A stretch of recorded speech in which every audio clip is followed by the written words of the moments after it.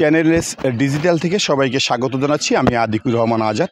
আমি এই মুহূর্তে দাঁড়িয়ে রয়েছি ঢাকা বরিশাল মহাসড়কের মাদারপুর জেলার ডাসার এবং কালকিনি উপজেলার মধ্যবর্তী স্থানে গোপালপুর নামক স্থানে।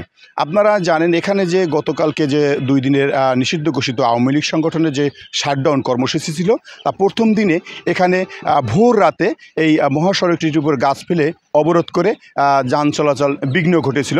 আজকে তারই ধারাবাহিকে আজকে এই শাটডাউনের দ্বিতীয় দিন চলছে। আজকে আপনারা দেখতে পাচ্ছেন যে আমার পিছনে ইতিমধ্যে এখানে আইন শৃঙ্খলা রক্ষাকারী বাহিনী যে পুলিশ থেকে শুরু করে বিএনএসএফ, র্যাব, বিজিবি তারা সবসময় টহল দিয়ে যাচ্ছেন এবং রাস্তার পাশে তারা টহল দিচ্ছেন যাতে কোনো ধরনের দ্বিতীয় দিনের মতো কোনো ধরনের যাতে অপ্রীতিকর ঘটনা না ঘটে এবং এই মহাসড়কে যান চলাচলের যাতে বিঘ্ন না ঘটে, যাতে জনসাধারণ যাতে কোনো কায়দায় যাতে ভোগান্তিতে না পড়ে, যে কারণেই এখানে আইন শৃঙ্খলা রক্ষা বাহিনী তারা নিয়মিত টহল দিচ্ছেন।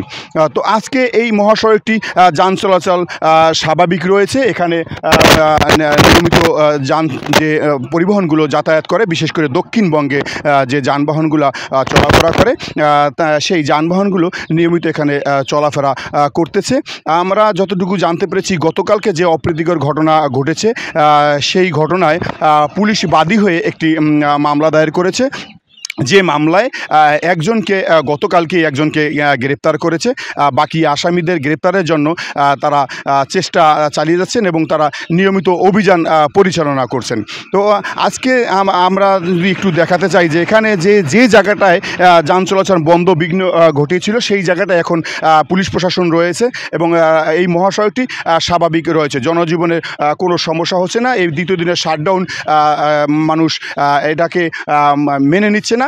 পাশাপাশি আমরা দেখেছি যে বিএনপি এবং যে অঙ্গ সংগঠনের নেতাকর্মীরা ছিল তারাও আইন শৃঙ্খলা রক্ষাকারী বাহিনীকে সহযোগিতা করার জন্য তাদেরকে সহযোগিতা করছেন। এই ছিল আমার কাছে সর্বশেষ তথ্য। আতিকুর রহমান আজাদ, চ্যানেলস, ডাসার, মাদারীপুর।